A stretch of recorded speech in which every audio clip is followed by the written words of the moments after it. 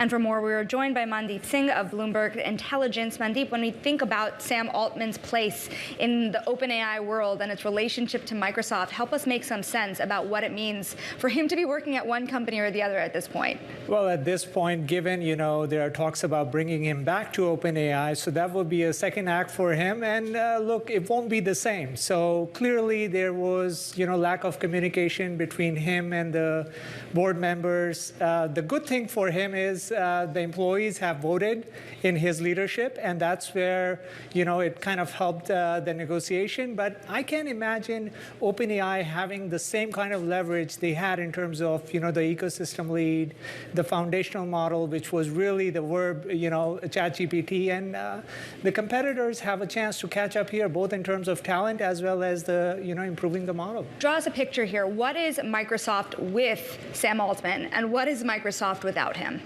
I mean, for Microsoft, they will definitely have a bigger say in OpenAI going forward than they had before. So clearly, from that perspective, they have more influence. I don't think it helps them, bringing all the employees over to work for Microsoft, because Microsoft is a behemoth. They've got so many businesses. They just bought Activision. And, I can't imagine them devoting all their resources to building a foundational large language model. And for Sam Altman and, the guys who worked at OpenAI, the startup culture is very different from, working for a company like Microsoft. So I do see some cultural issues. And look, in the end, you have to build an ecosystem for a technology like Gen AI, and putting everything under Microsoft isn't going to help develop an ecosystem.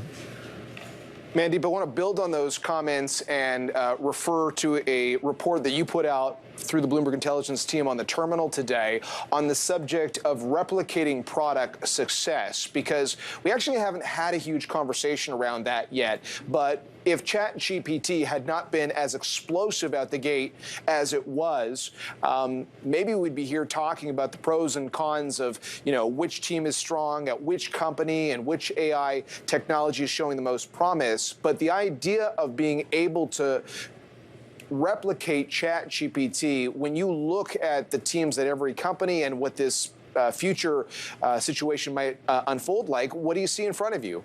I mean, look, for Microsoft, if let's say Sam Altman and the guys who come over develop a new large language model equivalent to ChatGPT in 6 months, what does it tell you about the mode of ChatGPT? Probably anyone else could do the same, in terms of getting access to compute resources, the data sets, and really the talent pool.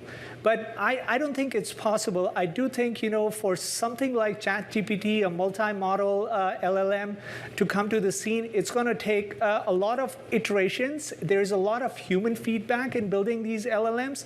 And that's where Microsoft may find, somewhat of a tough situation, because yes, they have access to ChatGPT and OpenAI IP, but they can't really port over everything, under Microsoft. And the IP still belongs to OpenAI, which has a lot of other investors. So from an R&D perspective, I think it may take a lot longer for Microsoft to replicate something like this, even with Sam Altman and all the folks who work at OpenAI. Our thanks and to it sounded like you said with this. Oh, sorry about that, Mandeep. No, I was just going to ask about the time frame of how quickly they have to get something together here to avoid the lead that they already had been building. I mean, it's all about ecosystem. And look, it took years for OpenAI, ChatGPT to develop that ecosystem. And as I said, there are 4 versions of GPT. We are going to 5. You can't just directly go from, initial version to GPT-5. It requires iterations. And that's where, Microsoft will have an issue if they try to do this from scratch.